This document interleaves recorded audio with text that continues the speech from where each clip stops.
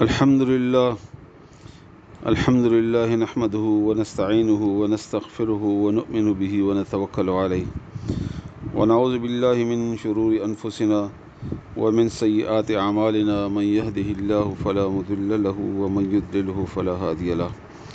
وأشهد أن لا إله إلا الله وحده لا شريك له وأشهد أن محمدا عبده ورسوله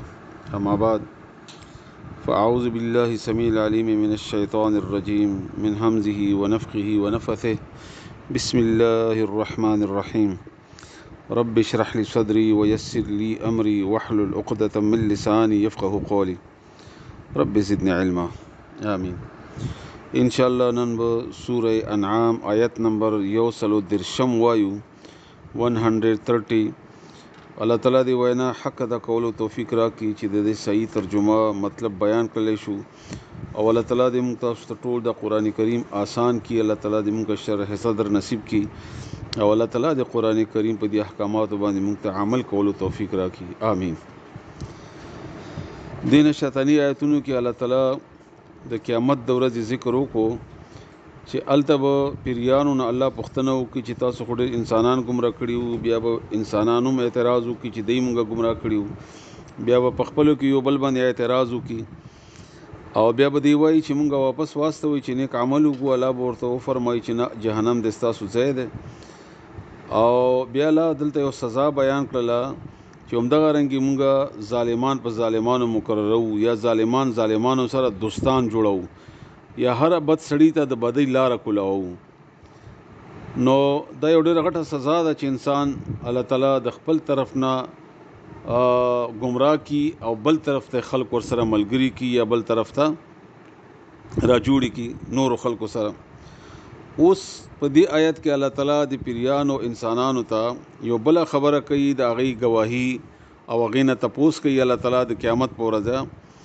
الله فرمایي چې یا معاشر الجن، اے ډلې د پیریانو، والانس او د انسانانو، اے ډلې د پیریانو انسانانو، علم یاتکم آیا راغلی نو تاسو ته رسل پیغمبران منکم د تاسو نه، یقصون چې بیانول به علیکم په تاسو باندې او رول به په تاسو آیاتی زمونږ آیاتونه، وینذرونکم او يرول بی تاسو لقاء یومکم هذا، لقاء د ملاقات، یومکم ستاسو د ورځې، هذا چې دا ده تاسو ته ما پیغمبران را لګلی نو، تاسو ته د قیامت تذکیر نه کولو چې تاسو د الله تعالی په مخ کې ودرېږئ بیا بلته تاسو نه پوښتنه کیږي. قالو دی به ووایي شهدنا، مونږ گواهی ورکوو، مونږ گوایو، علی انفسنا په خپل ځان باندې. او اوس الله فرمایي اول دا خبره د دوی ده، دوی به ووایي چې موږ خپل ځای ګوایو. دا دې ته اوس جمله معترضه وایي. په دې منځ کې الله تعالی خپله خبره کړې ده چې وغرتهم الحیات الدنیا، دوکه کړي وو دوی ژوند د دنیا. دې باندې بیا لږ خبره کوو، دا به تاسو یاد وساتئ ځان سره. وغرتهم الحیات الدنیا اوله مخکې خبره وکړو انشاءالله.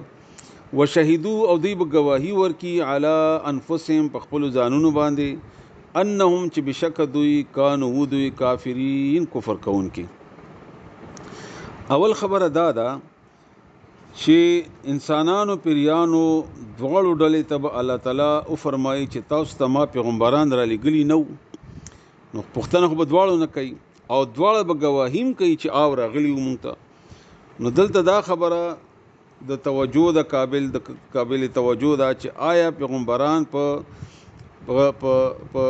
جناتو کوم راغلی پیریانو کې او کنه راغلی. دې باره کې درې رائے دي د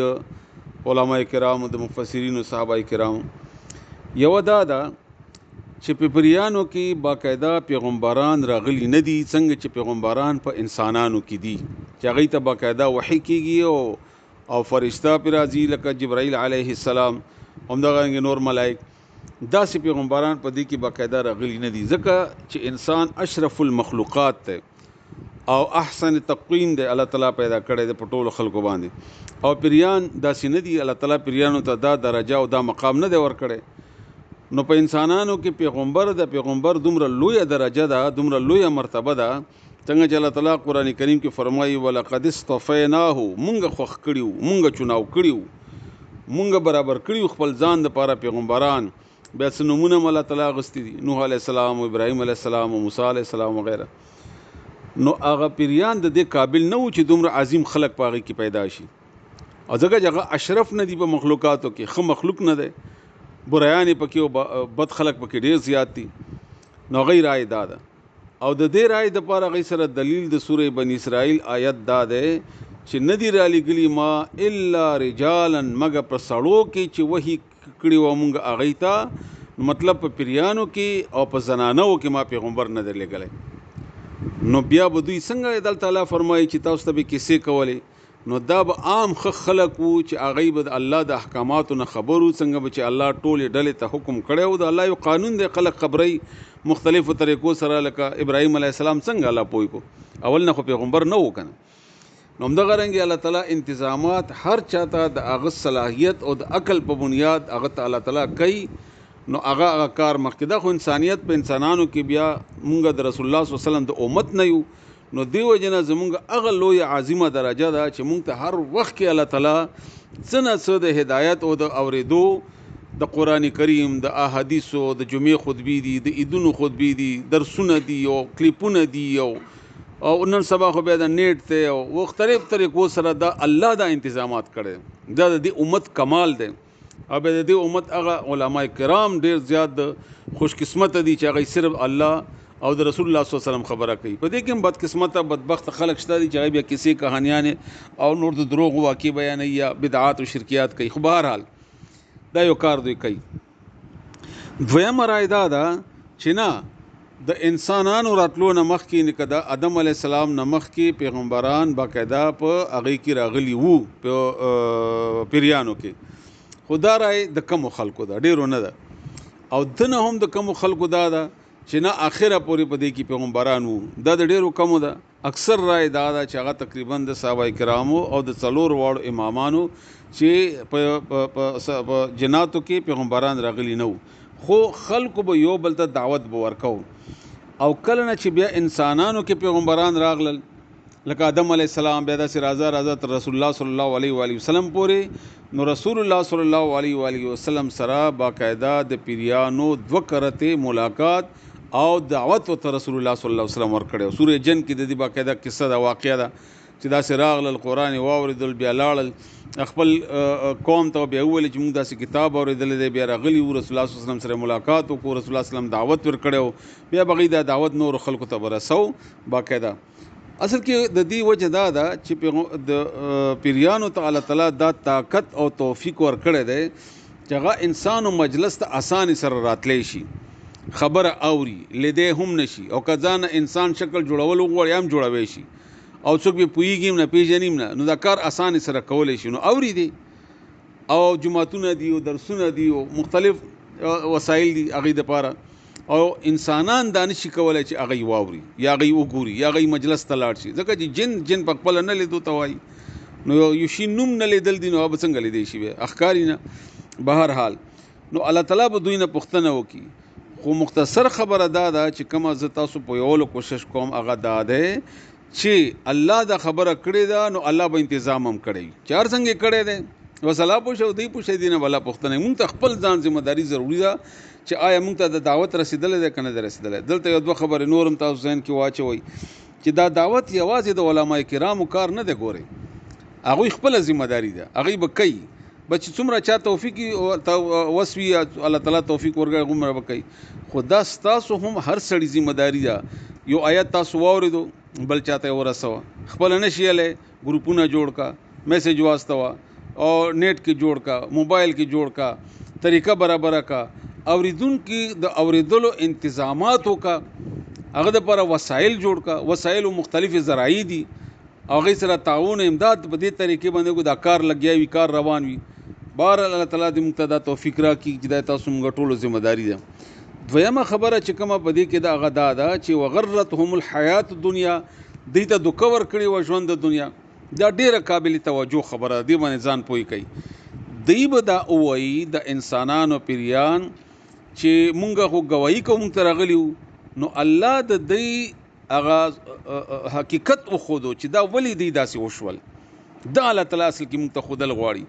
چې دی باندې دنیا سواره وه، دنیا سره یې مینه وه او دنیا یې خوښه وه. او دا خبر الله تعالی په سوره قیامه کې هم کړې ده، ويحبون العاجله، دی مینه کوله عاجله دنیا ته ویل کېږي، او ويذرون الاخره، اخرت پر خو دی. او همدغه خبره الله تعالی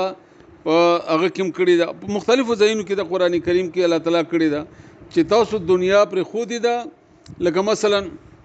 سوره دهر کې هم الله تعالی فرمایي چې ان هؤلاء يحبون العاجله ويذرون وراءهم يوما ثقيلا، دا هغه خلک دي چې د مینه کوي دنیا سره او پر خو دی د هغه درانه ورځ. نو چې کله دنیا سړی باندې سواروي، هغه د لپاره فکر کوي، هغه د لپاره کوشش کوي. نن موږ کور کې د ماشومانو د تعلیم څخه خبرې وي، نو کله کله دا تعلیم په انسان باندې دومره سور شي چې آخرت ته نه هیر کی یا نورې کامیابیانې د پټیانو کې، حتی کې چې زمونږ په د نور ادارو کې کله کله د دنیا کامیابی ته دومره وایي چې بس آخرت ته نه خالص هیروي. دنیا خو جوړه کی، دنیا کې خو سر ته ورسي، پیک ته ورسي، خو چې کله اچانک په مرخ به اچانک راځي، نو چې مړ شي نو به وایي هاي موږ ته خو پته نه، موږ ته خو ټایم نه او موږ خو پوه نه شو. نو دې وجې نه د دنیا دا ټول شیونه دا مقاصد نه دي، دا متاع دي. متاع مطلب ضرورت زندگی، دومره حاصلول چې تا دنیا ژوند پې تیریږي، دا خو به خامخا کوي، په ده باندې خو موږ مکلف یو. خو دومره په هغې کې ننوتل چې آخرت پې هیر کړي، نو دلته خو الله تعالی سزا خبره کړې ده. خو قرآن کریم کې الله تعالی د هغې انعاماتو خبره هم کړې ده. ولمن خاف مقام ربه جنتان، څوک چې د الله په وړاندې د ودرېدو نه ویرېدو، هغه دپاره به 2 باغونه وي، او باغ باغونو انعامات الله تعالی ذکر کړي دي په سورت رحمان کې. نو دی وجې نه دنیا دومره حاصلول چې ژوند د خطر شي دام ضروری ده، خو آخرت هیرول دا بیا ډیره. دی باره کې یو حدیث د رسول الله صلی الله علیه و آله وسلم ډیر بهترین په دې باندې پوهېدو دپاره چې رسول الله صلی الله علیه وسلم حدیث مفهوم داسې دی چې صحابه کرامو ته وفرمایل چې تاسو به کافر داسې وهي او خوري به ختموي به لکه تیار دسترخوان باندې روټۍ وي او وږی په دسترخوان باندې راشي. نو صحابه کرامو پوښتنه وکړه چې یا رسول الله مونږ به لږ یو، وایي نه لږ به نه یئ، تاسو به ډېر زیات یئ. نو بیا به ولې مونږ کافر داسې وایي؟ نو رسول الله صلی الله علیه وسلم ورته فرمایل چې تاسو باندې به مرګ بد لګي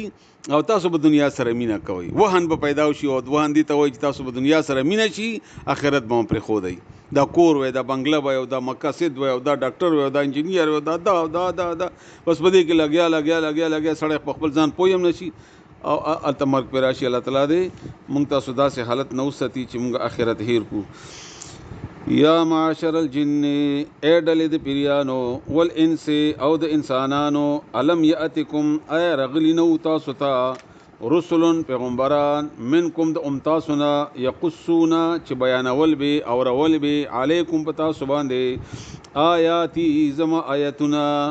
وینذرونکم او اورول به تاسو، لقاء ملاقات یومکم ستاسو د ورځې، هذا چې دا دی،